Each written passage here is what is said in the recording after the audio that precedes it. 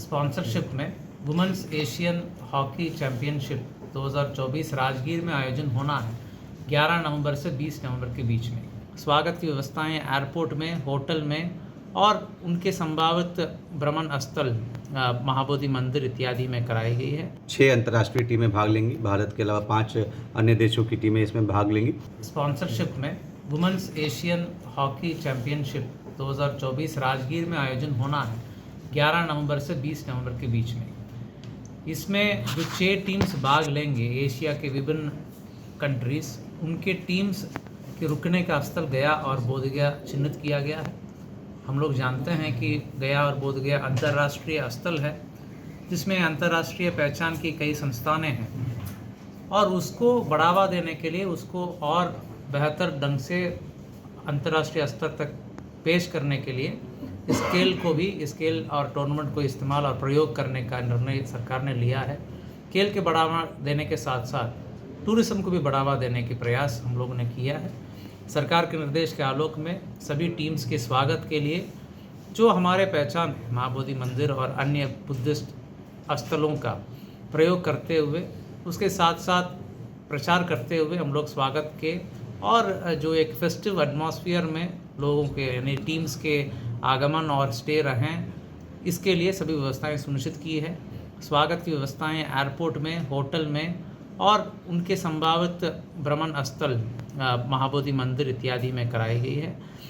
Airport में जैसे मैंने कहा स्वागत के लिए ट्रेडिशनल इंडियन स्टाइल में तुरही ट्रूप के माध्यम से, किलकारी के बच्चों के माध्यम से मधुबनी स्टॉल्स दिए जाएंगे और उनके अपने ट्रेडिशन में भी बुद्धिस्ट ट्रेडिशन से भी बाल लामा रहेंगे और उनके अपने ट्रेडिशन में जो चाइना का ड्रैगन डांस हो, कोरिया का अपने मोनास्ट्री के माध्यम से स्वागत हो, इस प्रकार की एक भव्य आयोजन के माध्यम से उनका स्वागत कार्यक्रम एयरपोर्ट में और होटल में रहेगा और पूरी क्षेत्र को तोरण द्वार के माध्यम से जिसमें अपने भाषाओं में भी स्वागत मैसेजेस लिखी गई हैं, अलग अलग गेट बनाए गए हैं, प्रत्येक देश के लिए अलग गेट बनाए गए हैं और फ्लेक्सी स्टैंडर्ड्स कटआउट के माध्यम से भी स्वागत का कार्य, वॉल पेंटिंग्स के माध्यम से, पोल्स में ट्राई कलर लाइटिंग के माध्यम से महाबोधि मंदिर और तोरण द्वार में भी सौंदर्यीकरण किया गया है।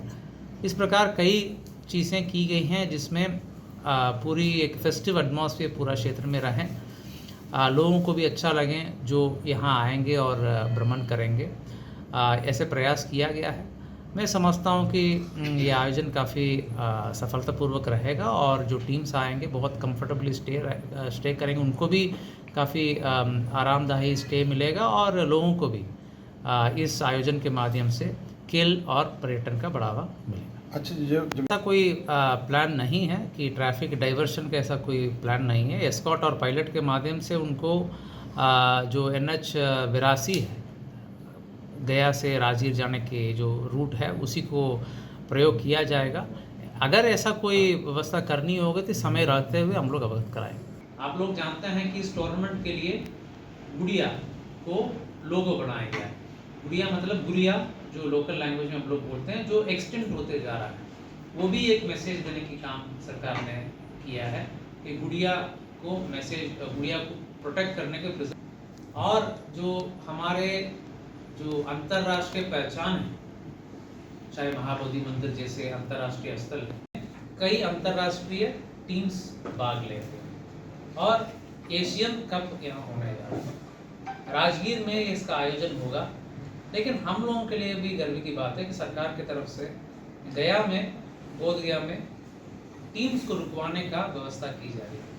ये टूर्नामेंट यहाँ पर आयोजित होने जा रहा है। मेरे समझ में, मेरी जानकारी जहाँ तक सीमित है, ये एक अंतर्राष्ट्रीय चैंपियनशिप होने वाला है, तो उसके लिए विशेष हम लोग प्रेस कॉन्फ्रेंस आयोजित किए हैं। इसमें SSP साहब, ADM साहब, आप लोगों को मैं स्वागत करता हूँ। बिहार में पहली बार इस स्तर का एक अंतर्राष्ट्रीय चैंपियनशिप हो रहा है जिसमें विभिन्न 6 अंतर्राष्ट्रीय टीमें भाग लेंगी। भारत के अलावा 5 अन्य देशों की टीमें इसमें भाग लेंगी और इसको लेकर के गया में, क्योंकि कई टीमों का यहाँ पर आगमन है एयरपोर्ट पर, और उसके बाद आवासन स्थल सभी 6 टीमों का गया में ही है।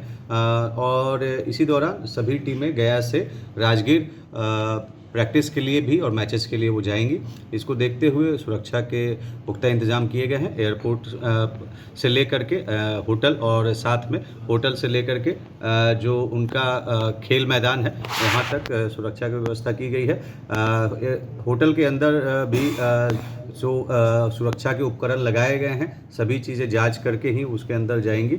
और होटल का भी मुआयना किया गया है, उसमें सभी जो होटल प्रबंधक हैं उनको निर्देश दिया गया है। सीसीटीवी की संख्या को बढ़ाया गया है, और साथ में जो रूट पर हम लोग इस तरीके से हम लोग की प्लानिंग है कि आम नागरिकों को कम से कम असुविधा हो, और उसमें हम लोग बिना जो ट्रैफिक को बंद किए हुए, ट्रैफिक को रेगुलेट करते हुए हम लोग जो टीम्स का आवागमन सुचारू रूप से उसको सुनिश्चित कराएंगे।